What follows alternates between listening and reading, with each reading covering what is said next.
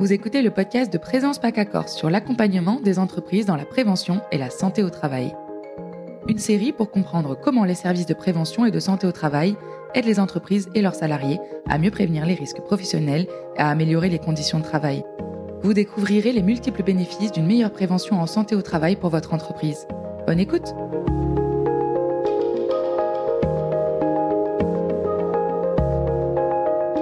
Aujourd'hui, nous allons chez Elior discuter d'une intervention sur le conditionnement chaud où le directeur a noté des soucis de TMS, troubles musculo-squelettiques. Quand Audalia, le SPSTI a été appelé, il s'agissait de voir comment réorganiser l'espace. Il y a donc eu une étude de flux, gestes répétitifs des membres supérieurs et plan visio en 2D de la transformation de la section conditionnement chaud. Les préconisations d'Audalia ont permis à Elior de faire une demande pour avoir des aides financières et agrandir les locaux. Cette discussion à deux voix vous permettra de comprendre les enjeux et la démarche de l'entreprise et du service de prévention et de santé au travail, que l'on appelait autrefois la médecine du travail. Bonjour, donc je suis Eugénie Polias, je suis responsable santé, sécurité et vie au travail au sein du groupe Elior. Donc moi je suis Julie Réal, je suis ergonome au sein d'Audalia, ancienne AIST 83, et mon rôle est particulièrement d'intervenir en prévention des TMS. Pouvez-vous nous expliquer pourquoi et comment vous êtes-vous lancé dans cette démarche ? En tant qu'employeur exemplaire et responsable, le groupe Elior est soucieux de la santé physique, du bien-être mental de ses collaborateurs et collaboratrices. Donc l'objectif d'Elior, c'est l'amélioration continue pour réduire les accidents de travail et les maladies professionnelles. Et lorsqu'on fait l'analyse de notre sinistralité, la première cause qui ressort, c'est la manutention manuelle. Donc on a mis en place une campagne de prévention Mettons-nous à dos les TMS sur 2022-2027. Et dans le cadre de cette campagne de prévention, on souhaite soustraire la sinistralité liée à la manutention manuelle. Et on a donc sollicité le service santé au travail avec Audalia pour nous accompagner dans cette démarche, puisque dans le service santé vie au travail, il y a des services experts tels que des ergonomes qui peuvent nous accompagner. Tout à fait. Je rajouterais qu'effectivement, notre collaboration, elle a commencé en fait autour d'une première étude qui s'est faite dans une cuisine sur la commune de Draguignan, qui était un site sur lequel vous aviez des aides cuisiniers notamment qui s'occupaient aussi de servir les repas à des enfants sur une école. Et on a fait cette première étude et à la suite de ça, justement, l'idée de rapprocher votre programme national et aussi une étude sur la cuisine centrale est née avec le médecin du travail qui validait ces éléments dans le parcours général de prévention. Et ensuite, on s'est rencontrés plusieurs fois sur la cuisine centrale de Draguignan. Alors effectivement, on a sollicité Julie en tant qu'ergonome qui est venue sur la cuisine centrale de Draguignan. Donc elle a passé quelques jours où elle a du coup passé du temps avec les équipes sur le terrain, les cuisiniers, les conditionneuses, pour évaluer les conditions de travail et proposer du coup des axes d'amélioration. Donc ça, c'était un premier temps. En deuxième temps, on a eu une restitution avec le directeur de la restauration, Jérôme Siméon, moi-même et Julie, et on a déployé un plan d'action. L'objectif de ce plan d'action, c'était d'associer les équipes opérationnelles, de leur présenter les problématiques qui avaient été identifiées en troubles musculo-squelettiques et de leur apporter des solutions et surtout de les impliquer dans ces solutions, qui les prennent en main et qui soient moteurs de ces propositions d'amélioration. Et lors des premières observations, en fait, on a fait une visite de site dans la cuisine. L'idée, c'était de se centrer sur le conditionnement chaud et l'espace de conditionnement chaud, et avec plein d'éléments, on va dire, à inclure dans l'étude, notamment la loi Egalim, et le fait que le conditionnement chaud chez Elior est voué à se transformer et à passer sur des conditionnements en barquettes en plastique vers des conditionnements en gastronormes. Ces éléments sont très importants puisque ça change complètement les manipulations et le port de charge à ces endroits-là. Donc on est allé aussi faire une incursion ailleurs, sur un des sites d'Elior, pour pouvoir voir comment fonctionnait un conditionnement chaud en gastronorme qui était déjà en place là-bas. Et on est revenu ensuite sur le site où il y a eu effectivement 2 demi-journées d'observation avec les salariés sur le site en conditionnement chaud, où il y a eu des vidéos qui ont été tournées, des photos qui ont été prises. Moi, je me suis attardée au fait d'observer les flux de circulation et la dynamique posturale des personnes sur le site. Et l'idée derrière était de pouvoir proposer des pistes d'amélioration et qu'ensuite, en groupe de travail, les salariés, la direction et les services de prévention puissent s'en saisir et que les choses évoluent avec le fait de pouvoir construire des solutions adaptées et qui soient réalisables et réalistes. Elior, quelle était et est votre relation avec Audalia ? Alors, sur les cuisines centrales, on a une relation très rapprochée avec les services de santé au travail. Donc, sur ce périmètre-là, effectivement, on travaille avec Audalia. Donc, on travaille avec le médecin du travail et les infirmières qui interviennent dans le cadre des visites médicales, des suivis des médicales individuelles renforcées. On les sollicite aussi pour des études de poste, si par exemple on a des restrictions médicales. Donc, et au-delà de ces missions-là, il y a aussi la sollicitation des services experts, donc en ergonomie, mais aussi sur les études de bruit. Donc, comment on procède ? Donc, nous, notre point d'entrée, c'est le médecin du travail. On fait la demande au médecin du travail qui après nous met à disposition des ressources pour nous accompagner sur des démarches spécifiques. À la suite de vos observations Audalia, quelles ont été vos préconisations pour Elior ? Alors, effectivement, j'ai parlé un petit peu du contexte de l'étude. Donc, il y avait eu des observations, des films qui ont été tournés. Pourquoi ? Parce que derrière, l'idée, c'était de faire ce qu'on appelle une chronique d'activité. Donc, derrière, il y avait la comptabilisation d'un certain nombre de gestes, notamment en entrée du convoyeur, où il s'agissait de voir un petit peu les manipulations des louches, les manipulations des pelles, puisque dans le conditionnement, il s'agit véritablement de verser la nourriture dans des contenants. Donc ces étapes-là, elles ont été analysées pour repérer justement s'il y avait une différence par rapport à certains outils utilisés, si c'était plus problématique en termes de gestuelle ou pas, ou ça occasionnait plus de rotation du poignet, ces éléments-là. Finalement, ce qui est ressorti de cette étude, c'est que peu importe l'outil utilisé, les contraintes au niveau des membres supérieurs étaient assez équivalentes. Donc ce qui était intéressant, c'est de pouvoir varier ces outils pour justement permettre aux membres supérieurs d'être sollicités un peu différemment tout le temps. Ça, c'est un premier point de vue. Donc ça a été en tout cas envisagé de cette façon-là. Ensuite, on a travaillé sur aussi tout ce qui se passait dans l'espace, c'est-à-dire comment les salariés circulaient autour du convoyeur, notamment en conditionnement. Le convoyeur, il va amener les barquettes conditionnées d'un point A à un point B et ensuite, ces barquettes seront filmées et puis mises en cellule de refroidissement pour ensuite rejoindre, une fois qu'elles sont refroidies, l'endroit où on fait la répartition. Donc toute cette circulation-là, en sortie des cuisines jusque finalement à la répartition, il fallait voir comment les circulations se faisaient, comment les salariés se croisaient, parce qu'on a des postures qui sont très complexes, qui sont prises en œuvre. Si par exemple, dans 70 cm de large, 2 personnes se croisent avec un chariot, ça devient compliqué. Il y en a un qui se plaque contre le mur et puis l'autre qui va passer et puis voilà. Enfin, ce genre de choses. Donc, c'est des éléments où nous, on est très attentifs en tant qu'ergonome à regarder ceci.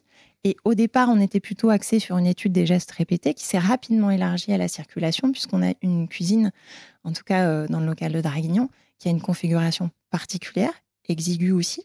Et donc, il fallait qu'on optimise ces circulations-là.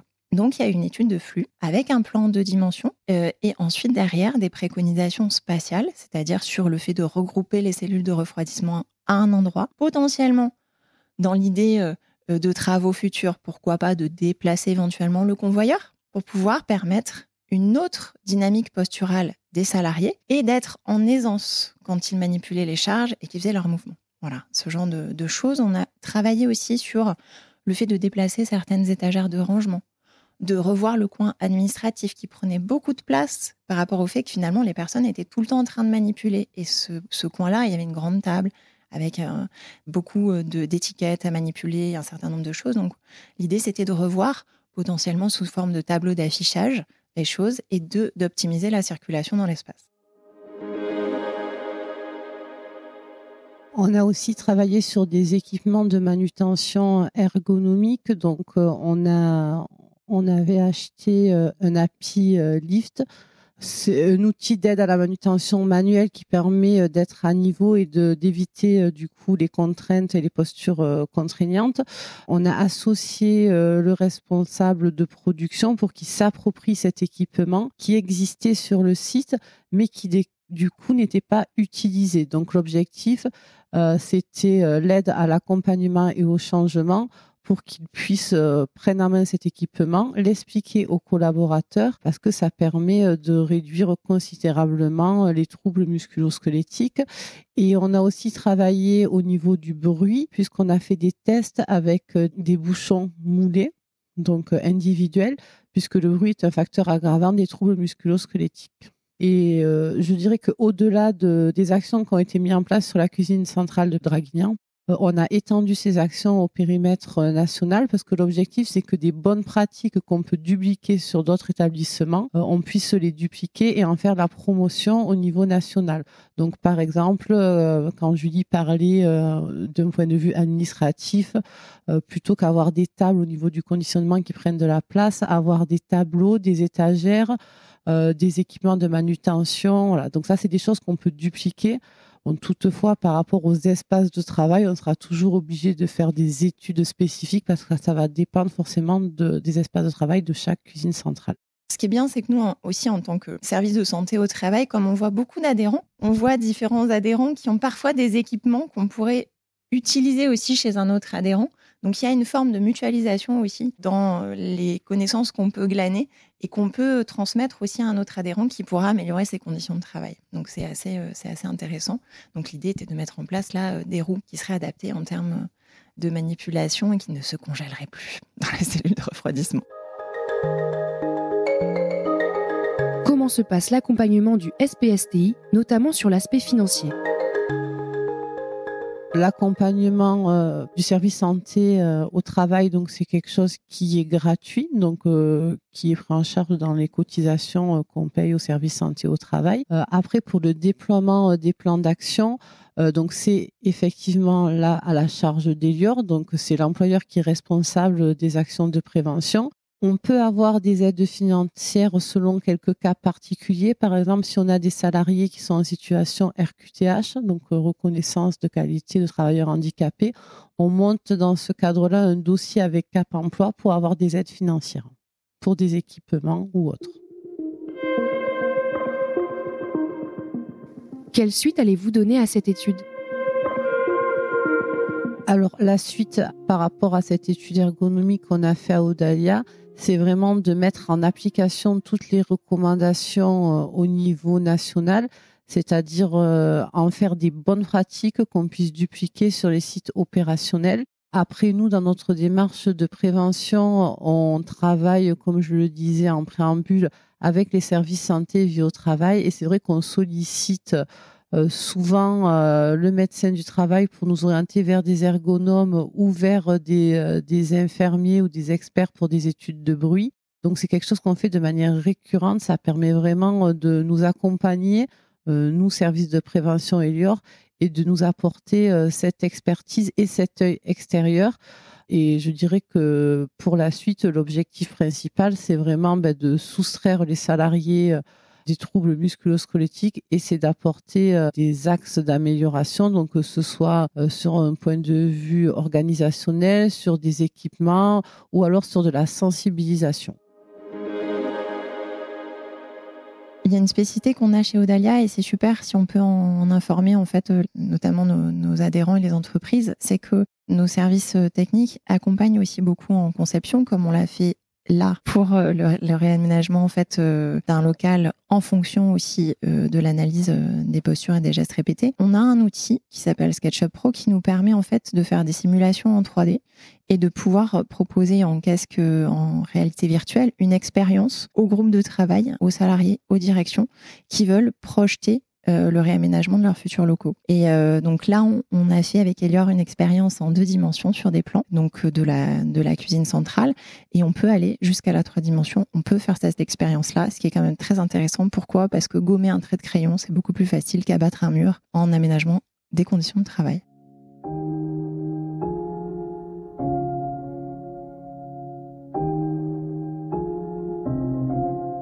Juste quelques mots en fait pour dire que c'est effectivement assez remarquable, une collaboration comme on a pu avoir avec Elior. On avait vraiment des responsables de site et des équipes qui étaient particulièrement embarquées dans le projet et puis qui ont vraiment tenu à faire de la co-construction sur site et qui étaient vraiment à l'écoute et qui avaient la volonté de mettre en place les choses de façon progressive et en même temps de façon très cadrée avec un programme, un plan d'action qui était très bien encadré.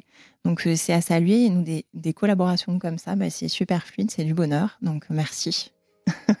Donc on a extrêmement du coup apprécié l'accompagnement de Julie, ergonome au sein de Audalia. Elle était disponible, c'était très clair, très fluide.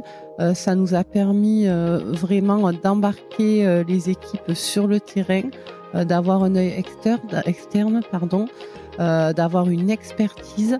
Et c'est vrai que travailler dans ces conditions-là, c'est du bonus pour tout le monde. Et c'est vraiment une belle expérience qu'on a eue. Et donc, merci beaucoup à Julie et à Audalia pour ce travail-là.